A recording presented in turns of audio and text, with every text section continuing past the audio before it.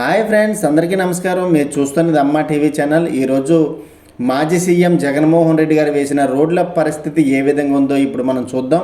తన అధికారంలోకి వచ్చిన తర్వాత సంక్షేమ పథకాలతో పాటు అభివృద్ధిని కూడా చేయడం జరిగింది.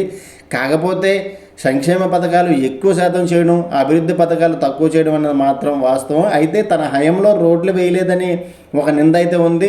మరి అధికార పార్టీ వాళ్ళు ఏంటి, ప్రతిపక్ష పార్టీ వాళ్ళు ఏంటి, అందరూ కూడా విమర్శించడం జరిగింది.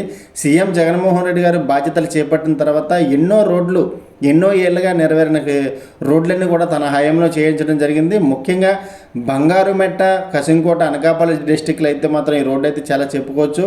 చాలా అద్భుతంగా ఈ రోడ్డును వేయడం జరిగింది.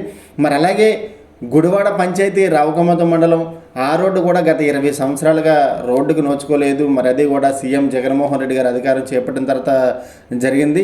మరొక రోడ్డు బుచ్చేపేట మండలం ఐతంపూడి రోడ్డు కూడా సీఎం జగన్మోహన్ రెడ్డి గారు అధికారం చేపట్టిన తర్వాతే ఈ రోడ్డు అయితే మాత్రం జరిగింది. గత 20 సంవత్సరాలుగా ఎప్పుడూ తీరినటువంటి ఎన్నో రోడ్లు సీఎం జగన్మోహన్ రెడ్డి గారు అధికారం చేపట్టిన తర్వాత వేయడం జరిగింది. తండ్రికి తగ్గ తనయుడిగా అతి తక్కువ టైంలోనే రాజకీయాల్లోకి వచ్చి సీఎం అయ్యి మంచి పరిపాలన అందించిన నేతగా మనం జగన్మోహన్ రెడ్డి గారిని చెప్పుకోవచ్చు.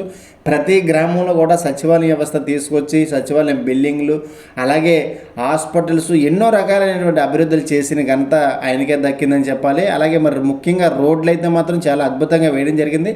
కాకపోతే కొన్ని అనివార్య కారణాల వల్ల కొన్ని రోడ్లు ఎగిపోవచ్చు. కానీ ఎన్నాళ్ళలో తీరని కళ ఉన్నట్టుపోయిన రోడ్లన్నీ కూడా మారుమూల ప్రాంతాలకి వేసిన సందర్భంగా మనం చెప్పుకోవచ్చు. మరి ఈరోజు సీఎం జగన్మోహన్ రెడ్డి గారు చేసినటువంటి పరిపాలన అయితే మాత్రం పేద ప్రజల గుండెల్లో ఎప్పటికీ ఉండిపోద్దని చెప్పాలి. ఇటువంటి మంచి వీడియోల కోసం అమ్మ టీవీ ఛానల్ సబ్స్క్రైబ్ చేసుకొని లైక్ చేయండి, షేర్ చేయండి, కామెంట్ చేయండి. అందరికీ నమస్కారం. Thank you.